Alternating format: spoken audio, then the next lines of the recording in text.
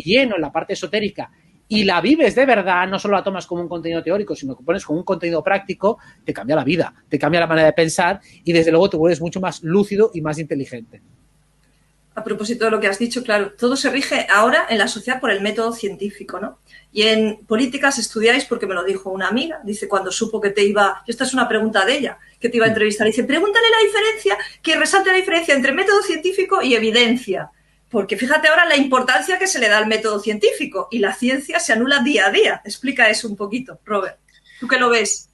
Claro, a ver, la evidencia sería sinónimo de una prueba que aparentemente es incontestable. O sea, algo que todo el mundo debería poder apoyar. Pero claro, lo que ocurre es que nos dicen que algo es una evidencia únicamente porque una autoridad científica así lo ha dicho. Claro, cuando dicen, hemos fotografiado, secuenciado al innombrable, digo, bueno, habréis hecho vosotros. Yo no tengo un microscopio que me permita secuenciar y ver esto. A mí me puedes enseñar un paper científico, pero yo no he visto ningún bichito. Eso me lo tengo que creer. Entonces, eso no es una evidencia. O dice, bueno, es que alguien ha demostrado tal cosa. Digo, bueno, a mí no me lo ha demostrado. Dice que lo ha demostrado. Yo también hago mis viajes astrales, yo no puedo demostrarlo. O puedo explicarte lo que he visto en una canalización, pero eso no es una demostración.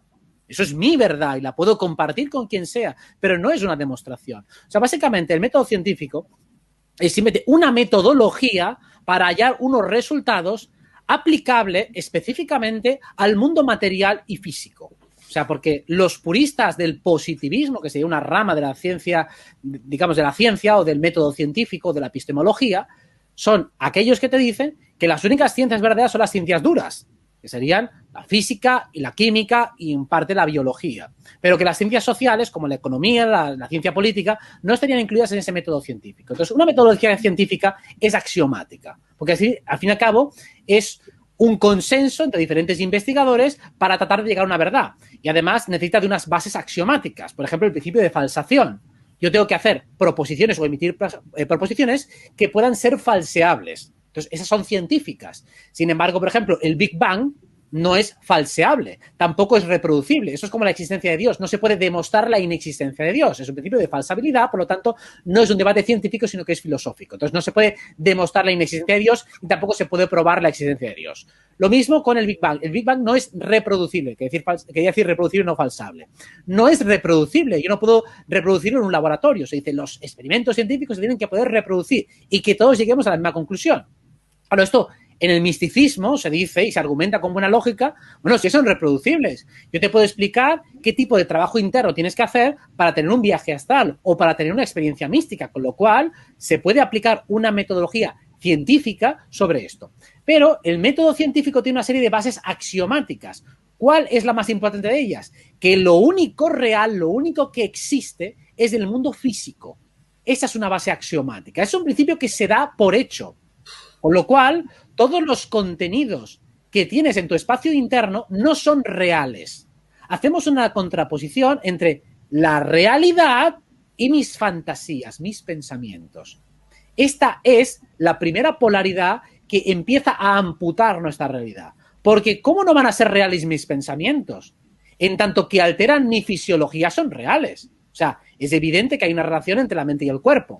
Si yo pienso o tengo miedo de algo que puede ser una fantasía, mi cuerpo reacciona. Incluso tomo acciones congruentes con mi miedo, o con mi deseo, o con mi rabia, o con lo que sea. Entonces, mis pensamientos, ¿cómo no van a ser reales? Cuando decimos que somos creadores de realidad, no solo es desde la pura base fisiológica, según la cual un pensamiento mío actúa sobre mi fisiología. También es que mis pensamientos tienen energía, y esa energía se condensa en la materia. Claro, si nosotros aplicamos solo el método científico, estamos aplicando un reduccionismo epistemológico tremendo. Eso es lo que en ciencia se llama los criterios de demarcación, definir lo que es ciencia y lo que no es ciencia. Y se nos ha vendido, y eso es cientificismo, que lo que no es ciencia no es real. Y lo que es pseudocientífico es lo que no pasa por el método y por lo tanto deja de ser real. Digo, que no encaje en el método no significa que no sea real. Y por eso te dicen, la astrología no está demostrada científicamente. Digo, ¿eso significa que sea real? No, significa que no pasa por unos estándares de un método que han creado humanos para poder explicar una parcela de la realidad. Lo cual no significa que pseudocientífico o no científico equivalga a irreal.